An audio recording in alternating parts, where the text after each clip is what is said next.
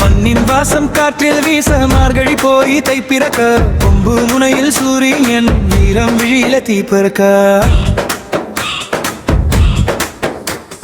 மாடு ஓடும் களமுழுவிடும் மக்கள் மூச்சு நிறுத்தி நிற்க தாயின் ஆசீர்வாதம் வீரன் நெஞ்சில் துடிக்குதடா.